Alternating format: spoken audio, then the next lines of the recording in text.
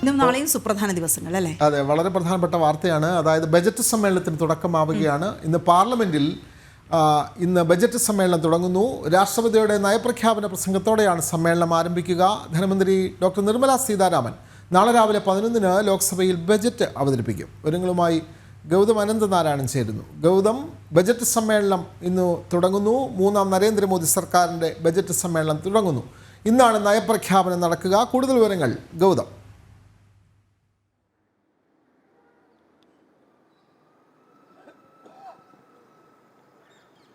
വിനോദ്, രാഷ്ട്രപതി ദ്രൗപദി മുർമു പാർലമെന്റിന്റെ ഇരുസഭകളെയും ഇന്ന് സംയുക്തമായി അഭിസംബോധന ചെയ്യുന്നതോടുകൂടി രണ്ട് ഘട്ടമായി നടക്കുന്ന പാർലമെന്റിന്റെ വളരെ സുപ്രധാനമായ ബജറ്റ് സമ്മേളനത്തിന് തുടക്കം കുറിക്കുകയാണ്.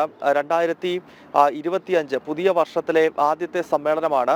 സ്വാഭാവികമായും പാർലമെന്റിന്റെ കീഴ്വഴക്കം എന്നത് ഒരു വർഷത്തെ ആദ്യത്തെ സമ്മേളനം, 3 സമ്മേളനങ്ങളാണ് പ്രധാനമായി നടക്കുന്നത്. നമുക്കറിയാം, ബജറ്റ് സമ്മേളനവും പിന്നീട് മഴക്കാല സമ്മേളനവും അതിനുശേഷം വർഷാവസാനം നടക്കുന്ന ശൈത്യകാല സമ്മേളനം, അതിനുശേഷം പുതിയ വർഷത്തിലെ ആദ്യ സമ്മേളനം എന്ന നിലയിലാണ് ഇന്നിപ്പോൾ രാഷ്ട്രപതി പാർലമെന്റിന്റെ ഇരുസഭകളെയും സംയുക്തമായി അഭിസംബോധന ചെയ്ത് സംസാരിക്കുക. കേന്ദ്ര സർക്കാർ വരുന്ന സാമ്പത്തിക വർഷത്തിൽ 2025-26 വർഷത്തിൽ നടപ്പാക്കാൻ പോകുന്ന കാര്യങ്ങൾ, പ്രത്യേകിച്ച് 2047 വികസിത ഭാരതവുമായി ബന്ധപ്പെട്ടുള്ള പ്രഖ്യാപനങ്ങൾ, അതോടൊപ്പം തന്നെ കടന്നു വന്ന വഴികളിൽ പ്രത്യേകിച്ച് 1-2 നരേന്ദ്രമോദി സർക്കാരുകൾ, പിന്നീട് ഇപ്പോൾ തുടർ ഭരണത്തിലൂടെ അധികാരത്തിലേറിയ 3-ാം നരേന്ദ്രമോദി സർക്കാർ ഇത്രയും കാലം നടപ്പാക്കിയിട്ടുള്ള പ്രവർത്തനങ്ങൾ സംബന്ധിച്ച് ഇതെല്ലാം ഇന്ന് നയപ്രഖ്യാപന പ്രസംഗത്തിനിടയിൽ രാഷ്ട്രപതി ദ്രൗപദി മുർമു വിശദീകരിക്കും എന്നതാണ് വളരെ ശ്രദ്ധേയമാകുന്നത്. നാളെയാണ് 3-ാം നരേന്ദ്രമോദി സർക്കാരിൻ്റെ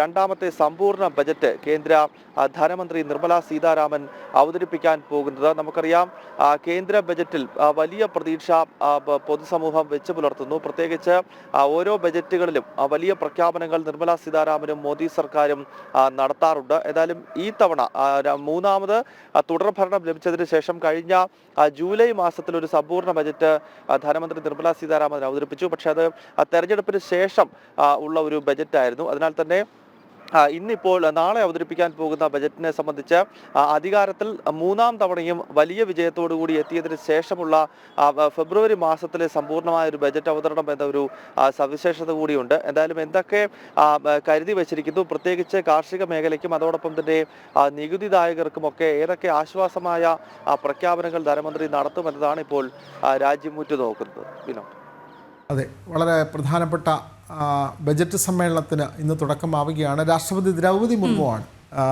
സംയുക്ത പാർലമെന്റിനെ അഭിസംബോധന ചെയ്യുക.